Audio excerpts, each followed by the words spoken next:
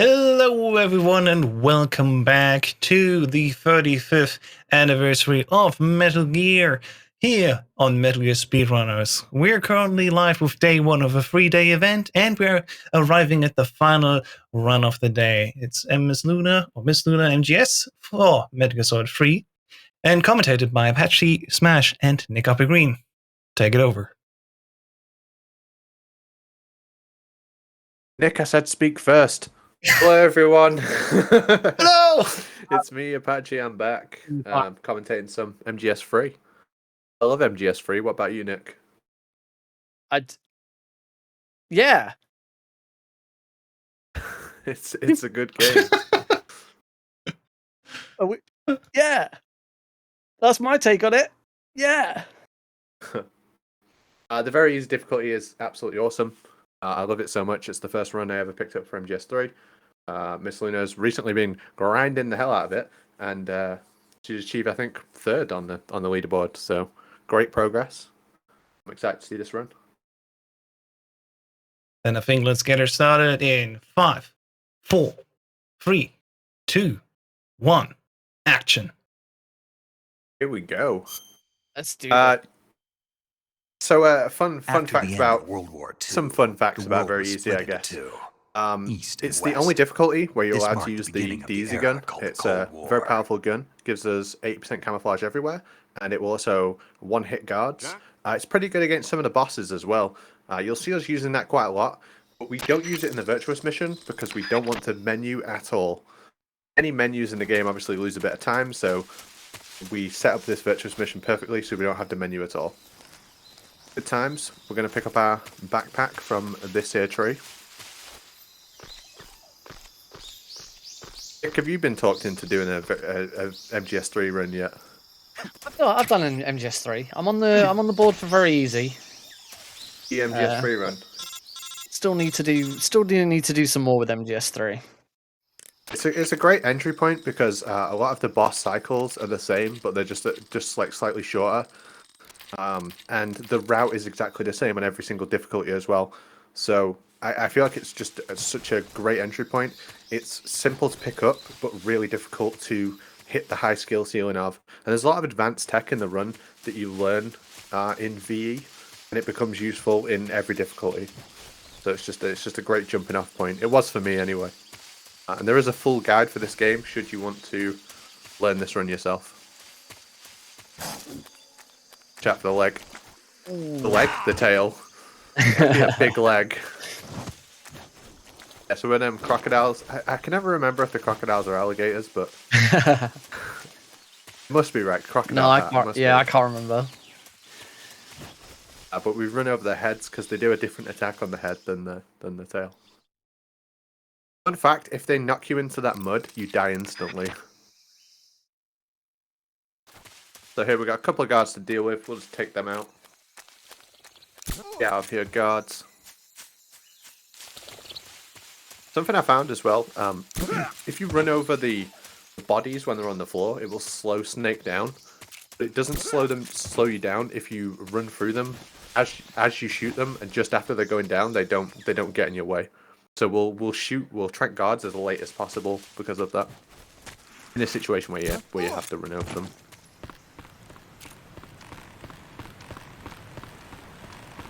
Okay, so you make the guard look at the other one, and then you can shoot him as late as possible. Take this a lot on purpose because it will always clear in the next room. There's a few places in the game where alerts will clear from a load zone. That's on every difficulty as well. This is one of them. This is a fun room. As long as you keep moving, as soon as you get control of Snake, you won't get caught in this room. Or you can take out that first guard. That works too. She did say before she started the run, she's like, I'm going to do weird stuff to throw you off. So that was perfect. Who's that? If you get this alert, there's one guard there and there's one behind her as well. You kind of have to take out. And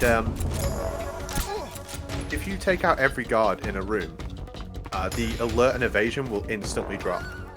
So in these rooms where you can't progress with an alert, you have to know where every single guard is. Sometimes they'll hide one right at the back of the room, and the alert will stay for so long. That was a really good backup there. Didn't panic. Just quickly dealt with all the enemies and moved on. It was really good to see. I know your backup, super important, especially in these marathon runs.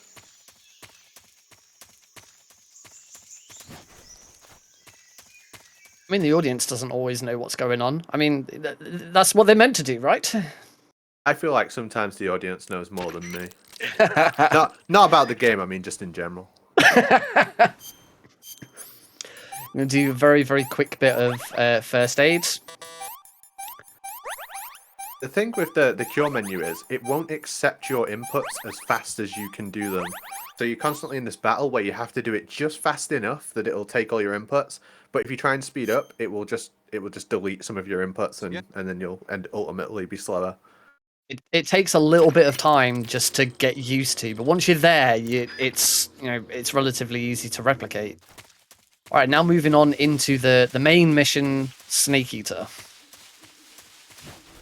So as I say, we do have the easy gun. We're going to get that gun taken off us by the boss, but we still have the easy gun. It's kind of fun. It's like she takes the gun off you, or she actually destroys it, right? But we still have like a hidden one in our back pocket.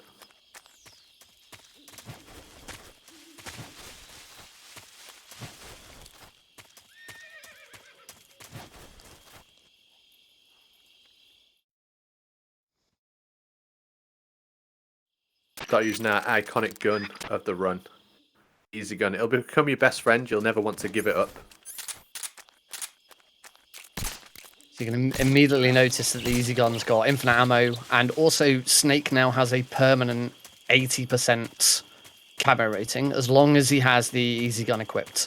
And it just also improves your stamina. It increases your stamina while you're holding it, which is really important in this run because we need to keep the leech on. But you can see how good the camo is right here. It's one of my favorite bits of the whole run. I love doing that. It's like he knows something's there, but just can't quite put his finger on it. Ultimate stealth agent. There is a hilarious call with Sigyn if you've got the easy gun where he talks about it. Definitely give that a listen. The easy gun is also available in the snake versus monkey mode of this. That's what you use to take out the monkeys, non-lethally, of course. If you get the Markor rank, you can unlock it on any difficulty in New Game Plus as well. This is the only one it's allowed on for speedruns. And as Apache said, it's the thing that makes MGS3 such a nice speedrun to pick up for a beginner, because this gun means you don't have to worry too much about, shooting guards. You don't have to worry too much about your camo index. You can use it to just learn the route and get used to playing MGS3, and then, move on to the other difficulties where you use something else. But here's the Ocelot unit. She's doing the new strat, so this is something Appel came up with. You leap out the room, and then you want to shoot the wall, which brings all the guards. Wow, how many grenades are they throwing at her? I've never seen them throw grenades like that. There's like 4 of them doing it at once. But anyway, she shot the wall, which brings all those guards, the Ocelot unit that would have been entering the room, all round to you, and you can just take them all out nice and quick. That's a very new strat. I mean, it's only like in the past couple of weeks, Appel showed off that strat. Back through Sokolov's house to get out the window. Very nice. Well, that strat didn't look quite as quick, but it didn't. They seemed to have a bit more time to be able to deal with stuff. I just think she got really unlucky RNG as well with throwing that many grenades at once. Yeah. Like, no matter what difficulty you have to move for grenades because they're going to knock you over. Now we're going to swim through the lake. We do get a leech attached to us here. On this difficulty, we actually just leave the leech in to save the time of menuing to get rid of it. Saves like 7 or 8 seconds, but then we have to deal with the leech constantly draining our stamina throughout the rest of the run. Gotta watch out for those traps. just saw the moment of impact just as the call came in. Yeah. That was great. You won't be able to see them too well, but there are actually claymores on the floor here, so we take a specific path. You don't have to worry too much about the dogs, but these claymores, again, they'll knock us down. take a nice, cool route under this fence. Very clean. And the dogs are just like completely deaf. You don't have to worry about. Guards can hear your footsteps in this, but dogs just don't hear anything.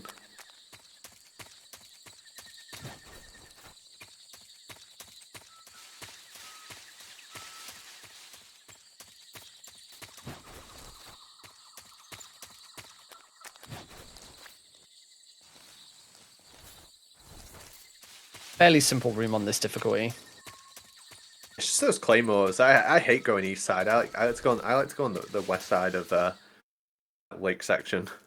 Who knows slower. Sadly, no, we can't pet the dogs. You can try. Again, another great example of the 80% camo index just putting in some work there. Guard is completely oblivious.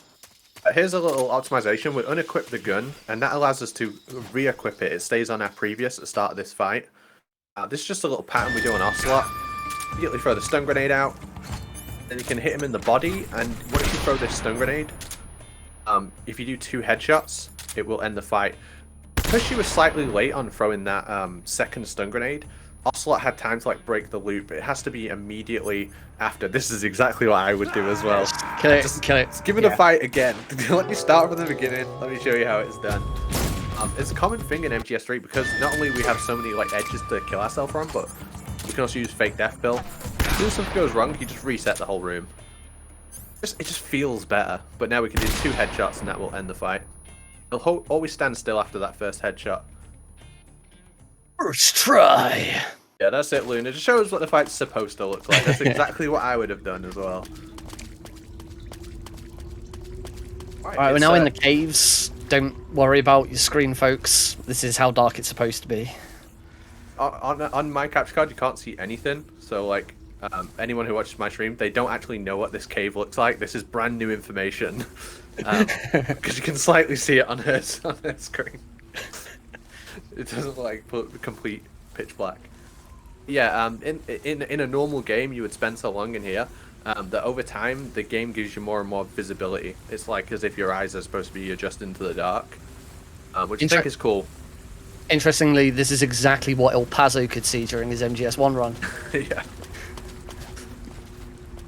But we just have to sneak through the cave and come up to the pain. I really enjoy the pain fight in this category as well.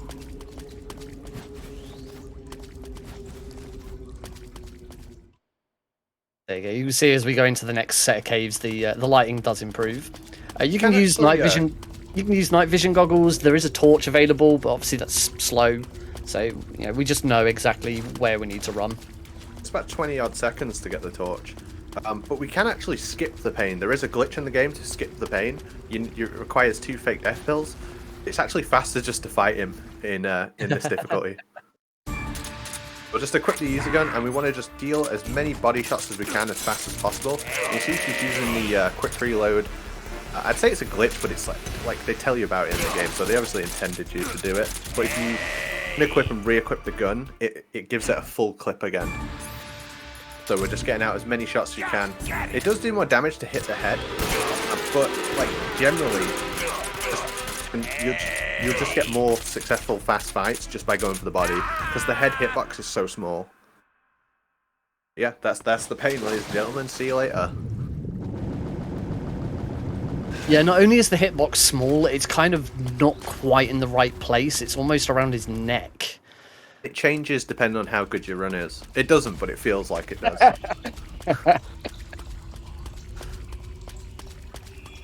A rare use of the 3D cam. Because we're playing on the HD collection, we can actually change to the subsistence camera, the camera that you can move yourself. Many runners opt to stay in static cam as much as possible, and most like good runners of the game will recommend that you use static camera all the time. But there are just a few places in the game where the static camera is a little bit blocked, and that's when you'll see people switch.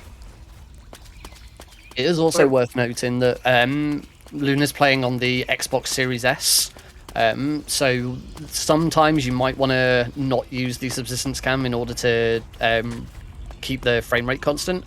On the Xbox Series S, you don't have to worry about that at all. Constant 60 FPS throughout, and we'll actually see a major benefit of that later on in the run. Yeah, the camera is sometimes used to look directly at the floor, like during Bike Chase on the PlayStation 3, like a lag reduction strat. Xbox users just don't need to do that. Interestingly as well, she's playing through remote play in order to capture it. So she's streaming the Xbox to her PC, and then capturing the PC view of it, which is an option for anyone who plays on Xbox if you don't have a capture card and you wanted to get into speedrunning this game. Cost effective. If you already own the Xbox and the PC, otherwise it's ridiculously expensive, right? Okay, we'll switch to the ordinary pistol, the M1911. We're going to deal a little bit of damage to the end. The reason is, if you deal some damage to the end here, it reduces his stamina when we get to the fight, and we can do a one-cycle kill on him, and that's the fastest way to defeat him. Shooting him early is slower, and we can't save the game and reset. She unequipped the easy gun there in order to regain the alert. She wanted to reset the radio call, because if the radio call finished, the shield guards would come through the door as she's trying to enter it, and they would just knock her down. Now she's going to get the box. It's in the warehouse. If you don't pick up certain items in this game, they appear at later stages. The box is really important, but it's actually faster to pick it up where she got it there. In Euro, for example, you have to pick it up early, even though it's slower, because you need it for certain strats. This guard's a really good example of the hitbox of... Oh, he hasn't gone for it. He's over there. Yeah, just say it, so she did something different. Yeah. So the hitbox of Snake's roll is massive, and Warehouse is usually a really good opportunity to show just how massive it is. You can roll away from a guard without like being anywhere near them, and they'll still take the hit. Hopefully, we'll see it at some point. It is. Yeah, Snake won't touch the guard at all, but they'll still get hit by it. It's great. I love it.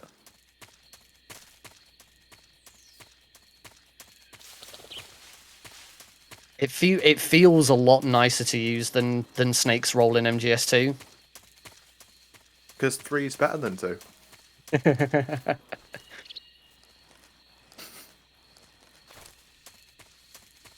We're heading into the lab to meet Grannon. We won't actually use the scientist costume for the lab. As long as you're careful, you can get through the lab pretty well without needing to equip the scientist costume, which saves us a lot of time, because pausing and changing camo, even just going into the pause menu takes a few seconds. Changing camos is quite slow as well. The awkward thing is you have to do these third-person shots on the guards. That first one is quite difficult. The second one can be really awkward as well. You see a lot of players using the 3D cam just to make sure they hit that guard. Because if you miss, you'll cause a caution and he'll run off. He's super awkward to get. You really don't want a caution in this next room.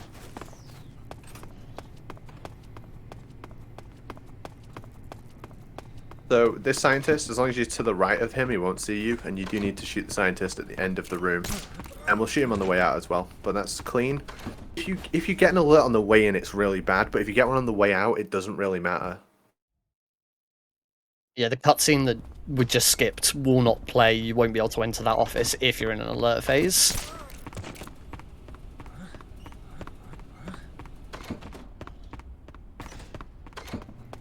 And now it's a relatively easy trip back out again.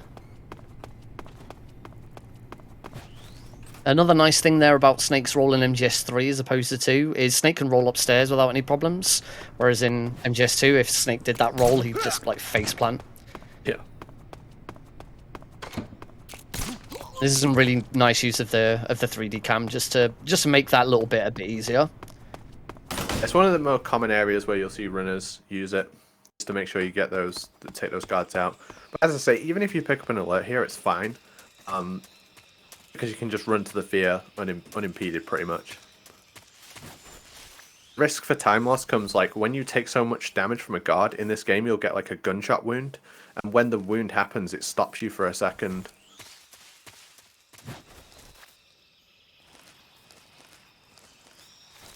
So the fear in VE, I would argue that it's hard. The strat in VE is harder than European Extreme, because you have to successfully get enough pistol shots into him, or even if you're using a knife, Like either strat is harder than what we do in European Extreme because the rope trap is in a weird place. You can't use like the guaranteed east side rope trap.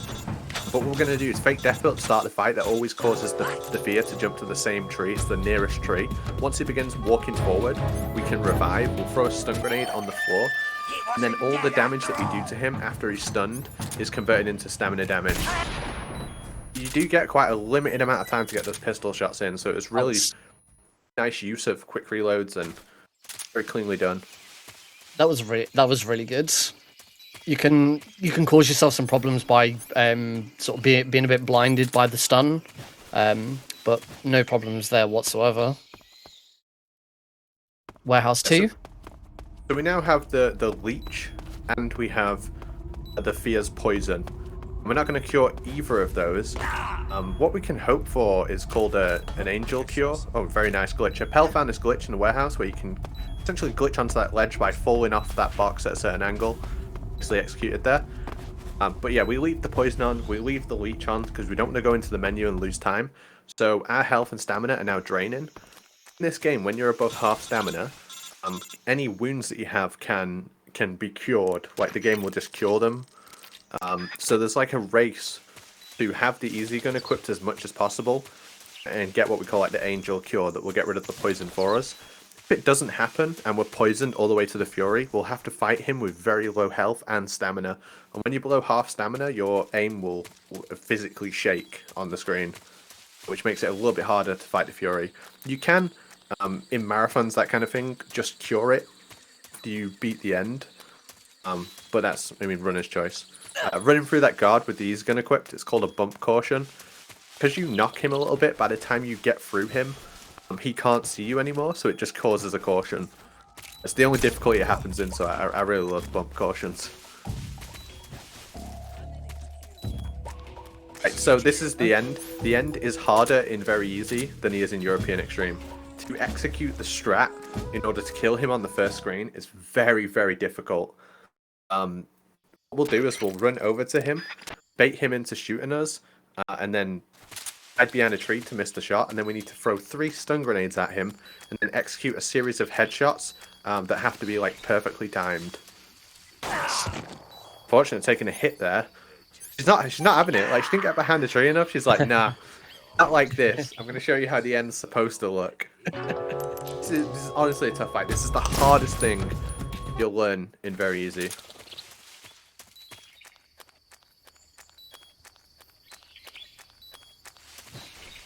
There we go. That's better. So then throw stun grenades. 1, 2, and 3. Swap back to the easy gun. And the timing on this is quite precise. You can't shoot too early because otherwise you'll get his iframes. Quick lean to dodge the next shot. This is good. That's that was the end. Really well executed. Was the end. It wasn't the end of the run, it was a boss called the end. There's also a boss called the boss, but that's not this boss. That boss is at the end. Whee! It was absolutely awesome. It's really, really difficult to do that. It's one of the most tricky things you'll learn when you pick up the run. It takes plenty of practice. She will cure the poison as well. That's just a good safety strat. Don't want to like hope for that angel cure and have to fight the Fury on really low health. Because the Fury, it doesn't matter what difficulty it's on, he will get you. Fire does a lot of damage.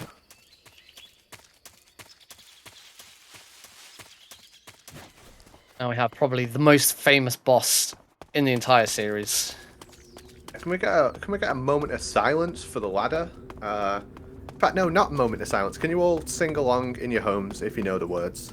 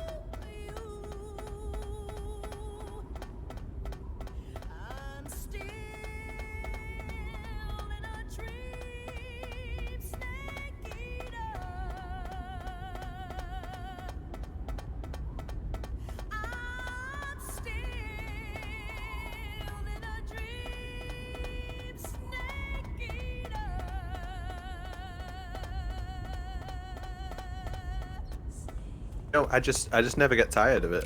I'll never get tired of hearing it. I love that song so much. I'm gonna introduce you now to our secret weapon.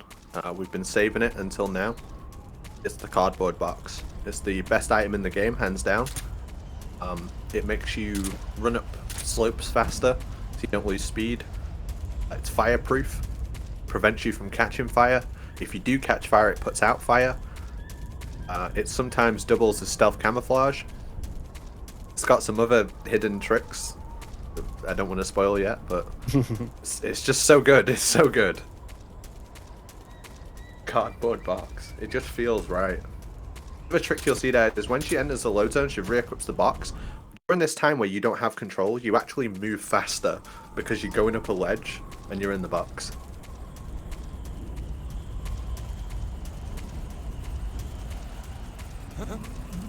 I love the panic roll. I absolutely love the panic roll. And I also love that he was off center.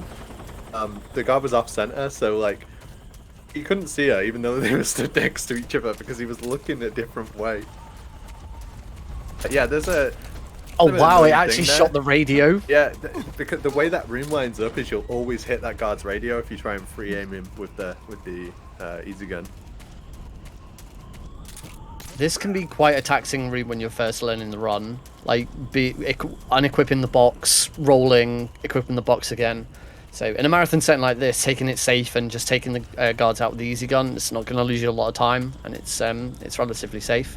Picking up the RPG-7 here, it tends to be a little bit quicker than waiting for it to... If you don't pick it up here, then you'll get given it at the moment in the run where you need to start using it. But it's quicker here because we can we'll do a menu later on that utilizes that time. Otherwise, you'd have to open your menu at the start of the bike chase again in order to equip it. Something Major Zero popularized, and he found it and he proved that it was faster, and I still don't do it. Sorry. I don't like change. See new runners like MsLuna, they pick up all the fast stuff. It's another trick of the box. The box opens doors like instantly because Snake has like 2 animations for opening doors. It's like this slow one where he pushes it, and a fast one where it just shoves open. But the box will always give you like the instant open. Can I just tell you about the box? Welcome to my TED Talk on the box. It's so good. Another nice thing about running on the Xbox Series S is the loading times.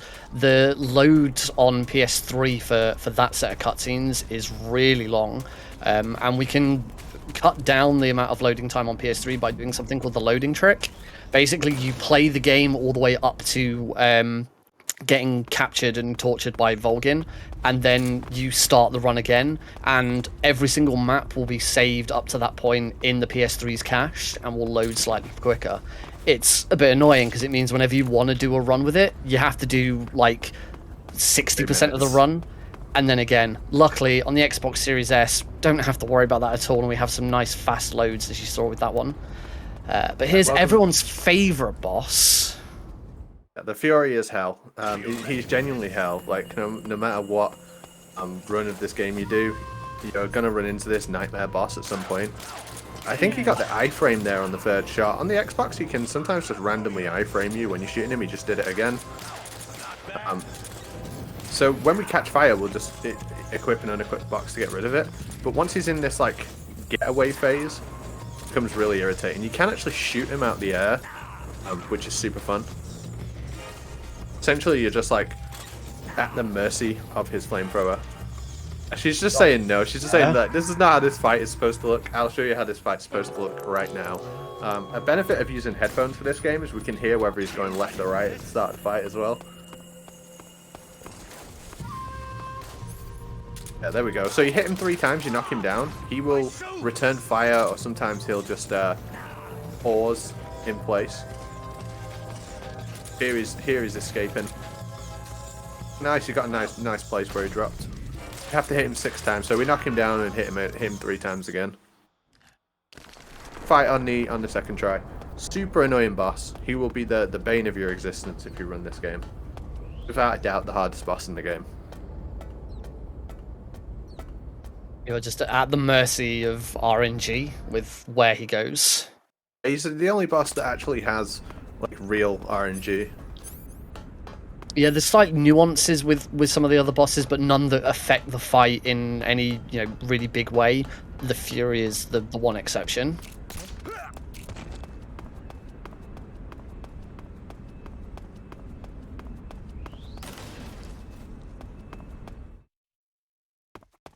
We should see another advantage of the box here. We don't do it in VE. Just take them both out. You can do it, but there's no point. At capturing Rykov, there's a few different ways to doing it. I'm not sure what way she's going to do it. I like to shoot him just as he's crossing the bridge here and go drag him. It's like she's doing that. There's some other ways of doing it where you can like bait him into walking into the room and stuff. Appel does it a really tricky way. I've seen Sparty do it another really tricky way as well. This is the strat I use. I like it a lot. Pick Rykov up and drag him off. It's worth noting that shot is not that easy. Luna made that look very easy, but the timing on it is pretty strict. It can miss. It can hit the wall. If it can make him run into the other room, cause like a reset. So yeah. And that's another room where if it does go wrong and Rykov gets away, you're gonna fake death pill and just try it again because you're gonna spend more time trying to fix it than you would just resetting it. And here's the other use of the box that I was alluding to. I was gonna say, why did he just equip the scope? Oh. We're going to equip the scope while we're against the wall. You have to be leaning, otherwise it doesn't work. But when you equip the box while you're in the wall with the scope, the game tries to like push you out. So it just sends you along the wall really fast. You can do it in this room as well, but it doesn't save anywhere near much time. So sometimes if you're not as comfortable with that skip, then sometimes it's not worth doing it and just running. There's certain speeds that you'll move at as well, where you just knock into the guard and the cutscene doesn't start. So it's probably better to not do it in that room. Tell me. Stop it. This cutscene is unskippable. Enjoy. He doesn't know what you're talking about. You'd better start talking. Please, stop this! Who is Khrushchev's lapdog? How can you do this to him? I know you gave the data to someone. Never do You!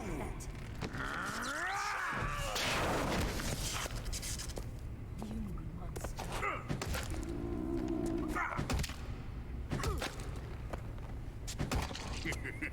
So, Nick, why is MGS3 the best Metal Gear game? I guess he's I would always argue that MGS3 has the best story of all of the Better games. than 2? Are you kidding me? Are you kidding me I right don't- now? No, 2's I way would. better story-wise. The story in 3, there's just something about it and the way that it's told and like the callbacks to James Bond and things like that always made me enjoy 3's story more than 2.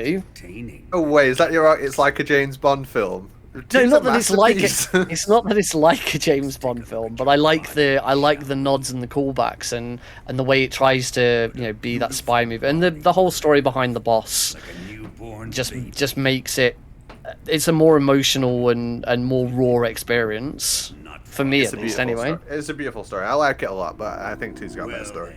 then, let's get started. What is your target?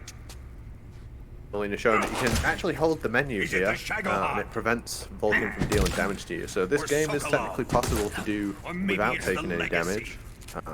I'd like to try doing that at some point. Answer me. My chase will Who be is rough. helping you? Who let you in here? You're a tough one, but even you must have your limits. And I am. I did see someone in the chat earlier asking about emulators. None of the emulators for this are stable enough. And unfortunately, as you may know, the game still isn't available to purchase legitimately. Although, for the 35th anniversary, Konami decided to let us know that they are working on it. So, Yay! Thank you, my close and personal friend Konami.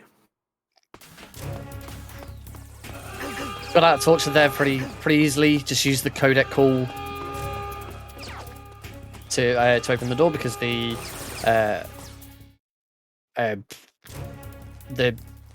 ghost guy, Wise Sorrow. Sorrow, thank you. Don't know why the Sorrow's name just suddenly completely leapt from my mind. Right, so the Sorrow is dead, right? He's floating around in the afterlife, and he gives you the radio, right? He gives you the radio frequency. He holds it up on a piece of cardboard that he's written it on. Where did he get the pen and paper? That's a very good question. It's weird, right? That was a deliberate roll there, otherwise you can get taken out by the dog.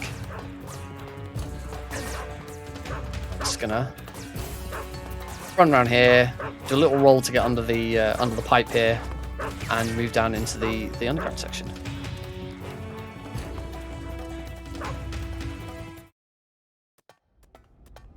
In fact, in the Japanese version of the game, if you press triangle after this codec, it will crash your game.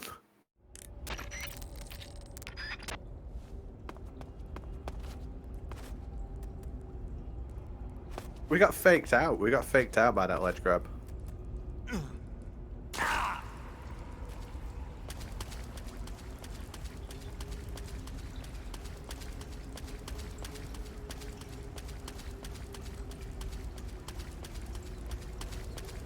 Luna opts in for the 90-degree roll there to immediately get under. I'm actually going to meet the Sorrow properly in a moment. And the Sorrow section's quite interesting as far as speedrunning is concerned. Truly an intense part of the run.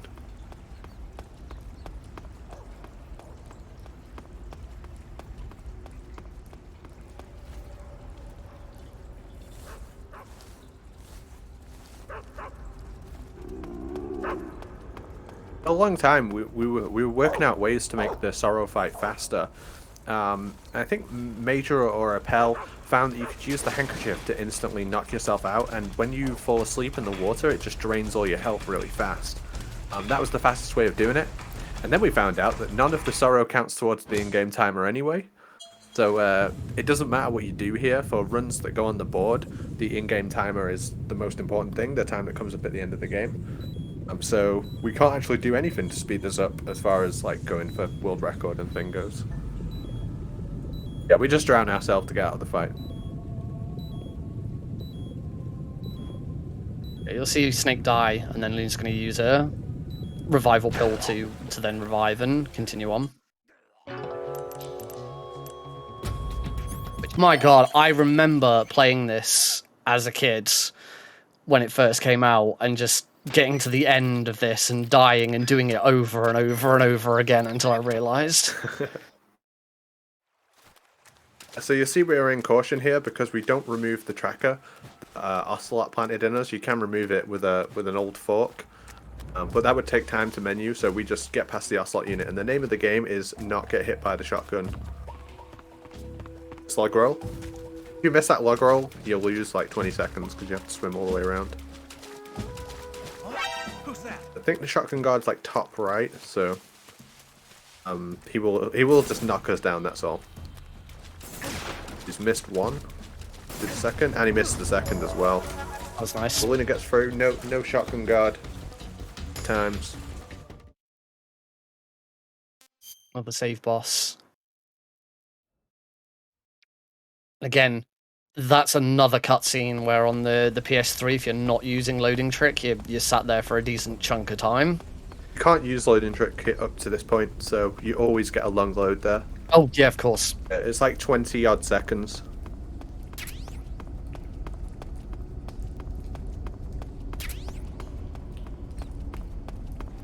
So, with that, why would anyone not want to use the Xbox Series S, despite ignoring the obvious price issue? Can't buy the game, so The aiming's really sensitive. It has acceleration, so you can only use a very limited amount of the thumbstick effectively. It takes a long time to get used to aiming on the Xbox version. People who are already used to the PS3 version find it very tough to learn. Some of the bosses are harder because it's in permanent 60 FPS, more fire during the Fury. It's honestly a harder version of the game.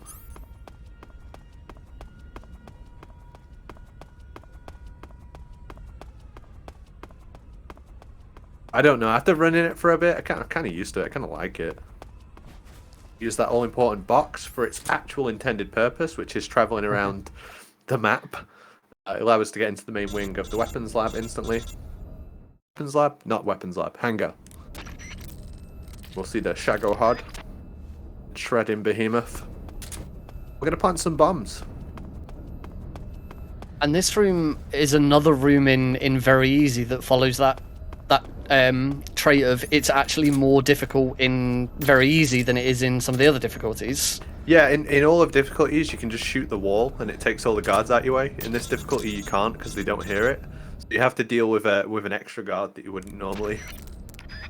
So also, it takes a little bit longer as well. You'll see that as long as you've got the box on, the engineers don't care about you.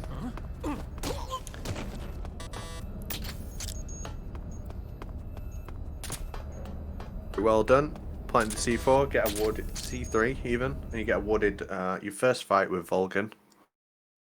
For this fight, we're going to use the SVD sniper rifle, and we can just instantly slam him to the floor for the first phase, and then deliver shots with the SVD. As long as you're fast, you can deal enough headshots to get through phase 1 like instantly. So just like that. Phase 2, a trick that we do is we get hit by him on purpose, because as soon as you get hit by him, that's how you know his like iframes are down. And just like that, Vulcan first fight. Right, so bike chase. On the PlayStation 3, we tried to reduce lag as much as possible during this section by looking at the ground all the time. All VE runs on the PS3, you'll see people look at the floor almost the entire time. Xbox, we don't care about that because it always runs at a 60 FPS. So we just cause chaos. Like, you're free to do whatever you want. I think it's a good place to practice quick reloading. We don't really need to worry about dealing damage to the Shago Hod here because you get enough time on the runway to deal max damage to him. And this part is just literally an auto-scroller. There is second part of the bike chase 1 where it does matter about taking out guards, but here, even if you do nothing, it won't make a difference. But we like to take out all the guards anyway because we're evil. I like knocking them down like bowling pins with the rocket. A well-placed shot on this bridge, you can take them all out at once, and that's a strike. You get a spare? Spare? Fortunate. Oh, went for the spare. Another shot, get the spare.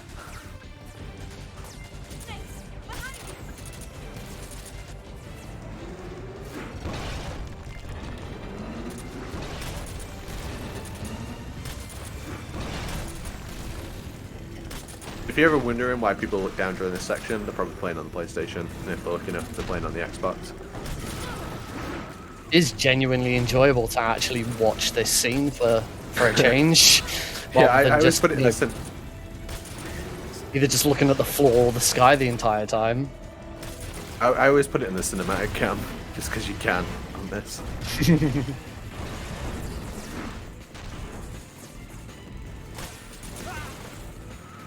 Right, the second section of the bike chase here is not an auto-scroller. Luna doesn't actually have things to do.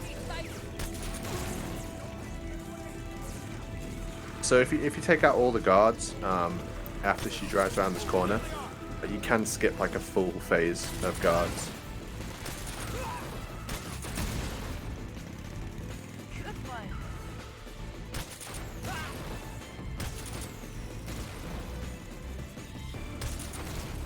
You're gonna take out all these guards, and when she drives away, it will skip a phase of guards essentially. think you can leave one up. I think that one's okay, but that one's the one on the left isn't.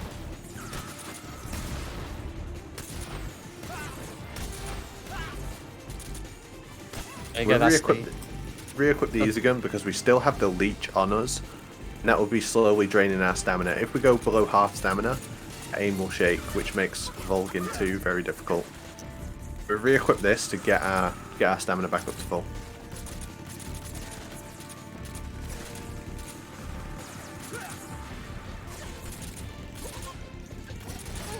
Now we're on the runway. It's just like Nick's favourite film, GoldenEye. It's got a runway as well.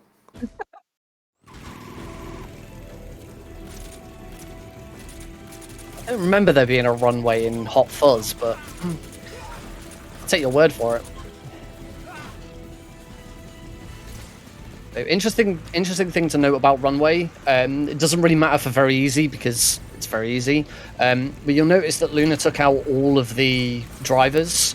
If you just take out the passengers, then the drivers will just continue on and the passengers won't respawn. But as I said, in very easy, it doesn't really matter because you're not too worried about how much damage you take. They literally can't kill you. I don't think they can kill you in easy either. And then in normal, you just put Oscam on and they can't kill you. Probably working hard. And even so, you could just equip a life med. So you're pretty good for like the whole back case.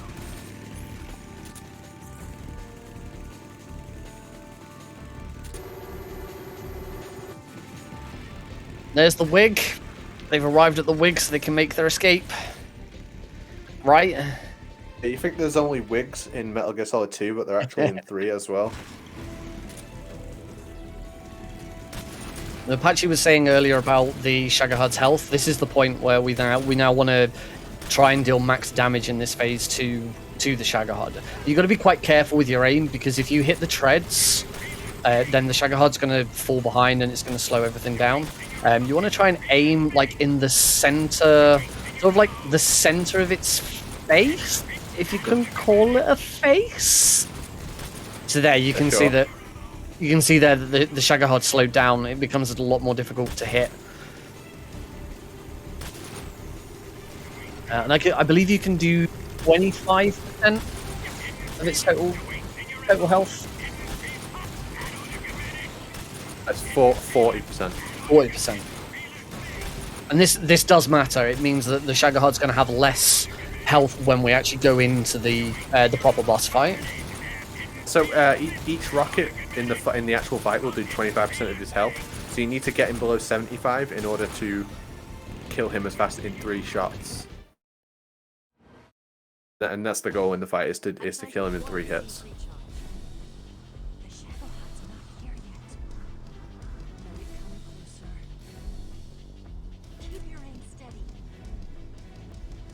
The number of C3 on the bridge changes depending on the difficulty. It's still too early. The Shadowheart's not here yet. It's here! You may think that the no-scope was impressive, but Snake's aim is always true. It's easier to see where the Shagahad is on the bridge if you zoomed out. But yeah, we're going to shoot him in the tread, and we're going to aim to get 2 shots on his back, and hit the tread again, and then be able to deliver the final shot. But this should be fine. We'll be able to do both now.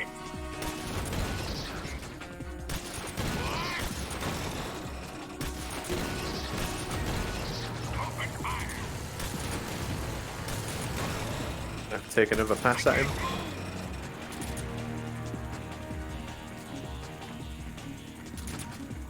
He does it, and now we get the Vulcan 2 on top of the Shagahad.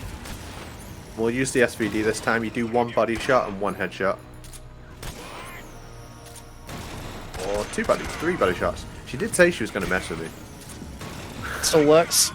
That was really, really well done. To get that done that quickly, it's all about the timing of the first RPG. And that takes a while to get used to. So, yeah, really, really good effort to see that. And again, this is another section of the game that we just don't see when you play on a PS3. because we're just either looking at the floor or the sky the entire time. So, yeah, this is going to be fun to watch.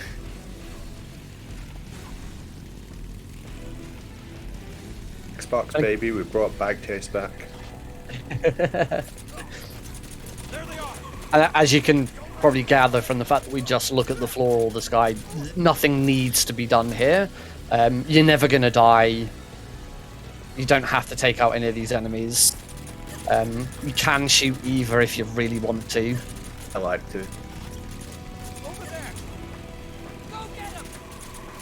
I mean, you should. She's a traitor, right? Oh, sorry, spoilers. God, spoiling it for everyone here.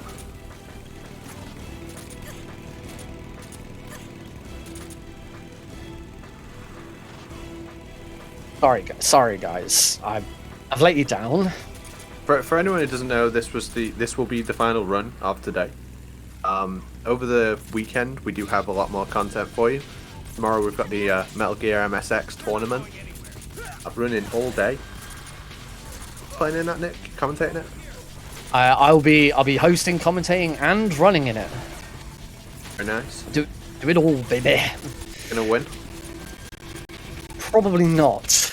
I'm not the strongest MSX runner, but I'll give it my all. That's also going to feature. No, not. I was about to say Sergeant Silent. It was originally going to feature Sergeant Silent, but he unfortunately came down with COVID recently and didn't get any practice in. So I'm his replacement. But it is also going to feature Bracon, Joseph Joestar 316, and Volcanic Akuma. Nice. Look forward to it. On Sunday, we've got Metal Gear Solid 4, Peace Walker, Ground Zeroes, Phantom Pain, and Rising. So, tons going this weekend.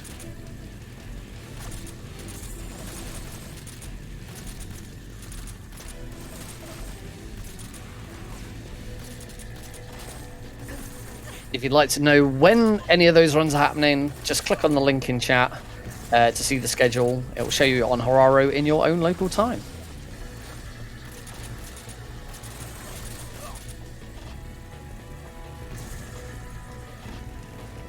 Even on VE, I still hate that middle platform guard. I just hate him. He's so smug.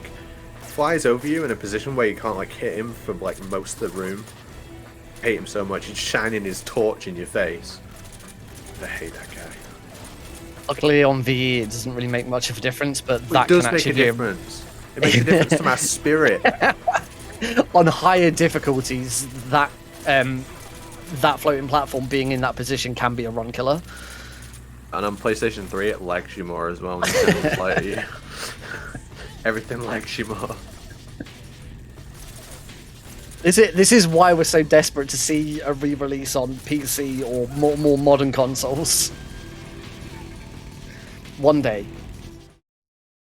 I'd settle for PS5. I'd be super happy if I had like PlayStation controls with a console that'll like load everything. But it's like I'd be super happy.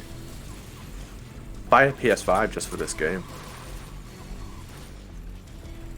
Didn't you buy an Xbox Series S just for this game? No, I bought an Xbox One just for this game, and then I bought a Series S just for this game. Get your facts right. And the PS3.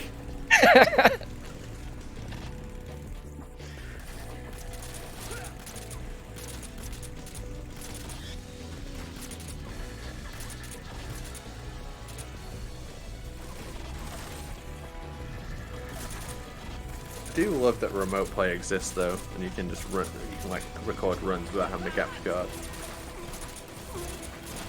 Super cool. I hope to see more people doing that.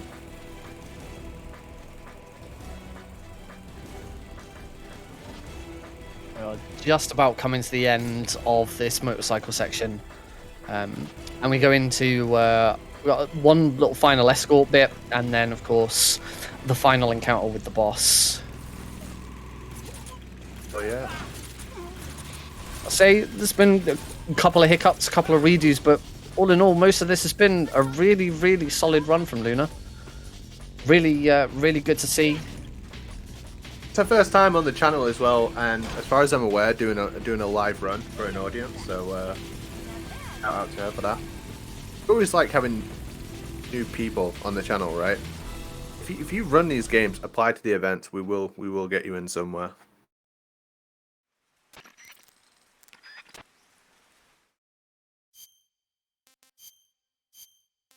Here, Luna's Let me gonna have some feed more. and cure Eva. Doesn't actually have to cure Snake. As long as Eva's fully cured, and you don't have to feed her in order to progress. But if you don't feed her here, she's going to run out of stamina, and then run really slowly. Walk really slowly. So it's important that you feed her. But just to completely ignore Snake's injuries in this point, you don't need to deal with them. This first room, you don't have to have her follow you. As long as you just get to the end, then she'll follow you into the next room. Unfortunately, now we do need to beckon for her to follow, as we need her to help get up and down ledges at the end of this. It's funny because in the radio call, paramedic says to you that if you don't have enough stuff to treat injuries, you need to focus on your own injuries first. If you did that, you would softlock the game. Obviously, it gives you enough to cure both of you, but like you literally don't have to cure Snake, even though it tells you you have to. And you'll notice that sometimes Eva can make some really weird decisions on how she moves. Like there, where it looked like she was going to follow Snake around the left-hand side of that tree, and then she just decided, no, I'm just going to take a 90 degree. Yeah, like you might be speedrunning the game, but Eva likes to take her time and enjoy it. It's another comparison to Metal Gear Solid 2.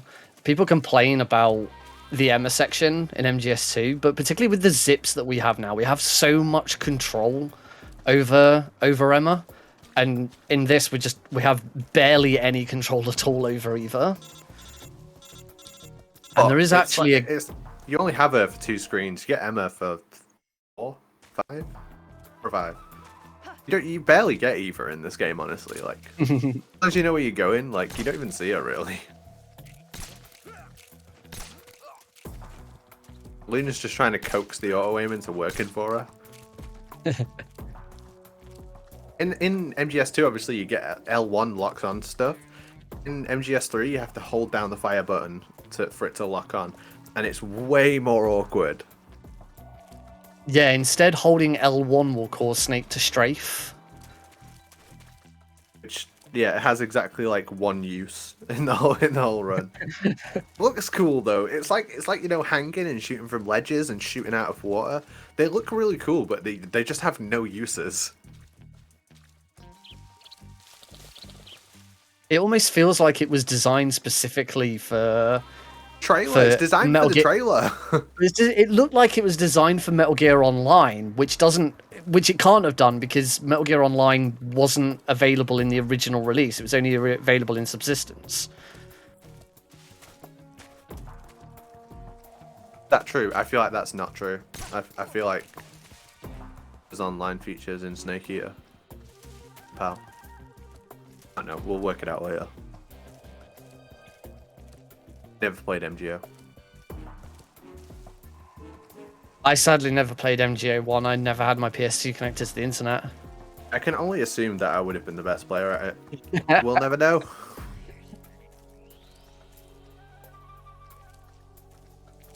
Got through this section all right. There is a bug that can happen where Eva will just run back to the start for some weird reason. But anyway, let's talk about the boss. So you can repel the boss by pressing circle as soon as the red exclamation mark appears above your head. We're going to do kind of like a combo to her where we slam her to the ground, throw a stun grenade high into the sky, and face away from her.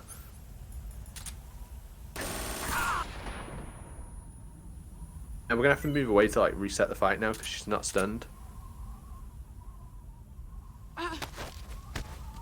Another headshot. Slam to the ground. Another stun grenade. Just rinse and repeat until the fight's done.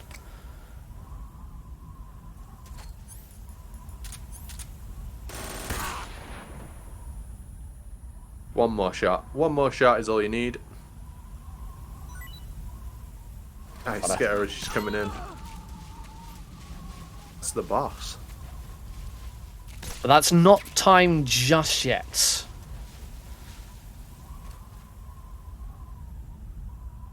Enjoy this cutscene. I don't know if enjoy is the right word. Endure this cutscene.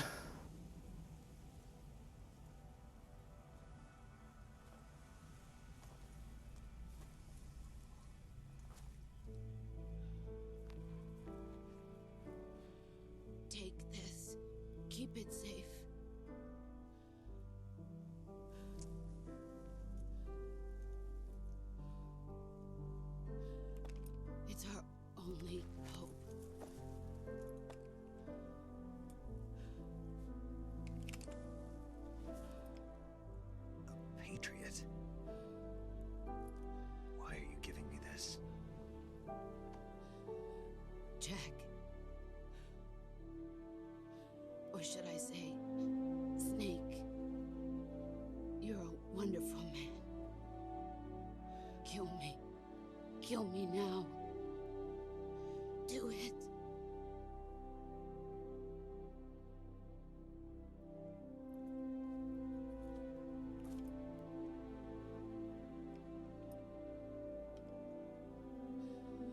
There's only room for one boss and one snake.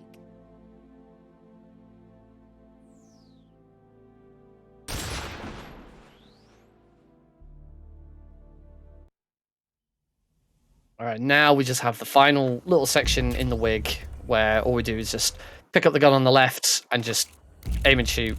And as soon as you hear the bang, time. It's time. Insane run. Really awesome job. First time on the channel, MsLuna. Hope to see her back next time. And in the future at our other events. A lot of fun commentating that with you, Nick. It has been fun. It's always a pleasure, my friend. Yeah, good times. Good times. Well, I would like to reiterate what Apache was saying earlier. We're always after new people to come and be on the channel to showcase their skills, to show off the games that they're enjoying to speedrun. It doesn't matter how good you are at the game. You could be a world record holder. You could have, only been playing the game for a few weeks. If there's an event and you want to take part, whether it's running, commentating, hosting, anything, sign up, because always happy to see new people on the channel and show their stuff off. It's been really fun. Has indeed. Follow me on Twitter at Apache Smash. Take us away, House. Hello, everyone. I'm back to close out the show for day one. That was Metal Gear Solid 3. Very easy. Played by MsLunaMGS. Commentated by Apache Smash and Nick Green. Can I get a GG in chat for all the runners that have participated today? You've all been amazing and blowing me away. Thank you so much.